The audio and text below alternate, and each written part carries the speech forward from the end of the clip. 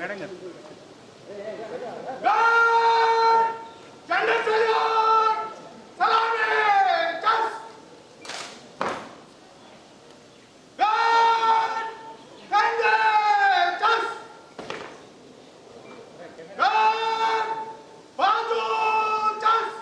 అందరికీ నమస్కారం అండి. హోమ్ మినిస్టర్గా ఛార్జ్ తీసుకున్న తర్వాత అందులో హోమ్ మినిస్ట్రీలో భాగమైన ఈ ప్రిజన్స్ని కూడా ఒకసారి చూడాలి, ఒకసారి ప్రిజన్స్ విషయంలో కూడా ఒకసారి ఏం జరుగుతుందని తెలుసుకునే ఉద్దేశంతో విశాఖపట్నంలో ఉన్న ఈ సెంట్రల్ ప్రిజన్కి ఇక్కడికి ఒకసారి విజిట్ చేయడానికి రావడం జరిగింది.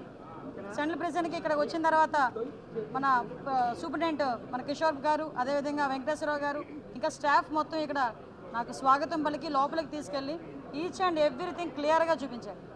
విషయం ఏంటంటే ఈ 5 సంవత్సరాల కాలంలో, గత 5 సంవత్సరాల కాలంలో వ్యవస్థలన్నీ భ్రష్టు పట్టిపోయినాయి అని మాకులాంటి వాళ్ళు మాట్లాడితే అది రాజకీయంగా భావిస్తారు.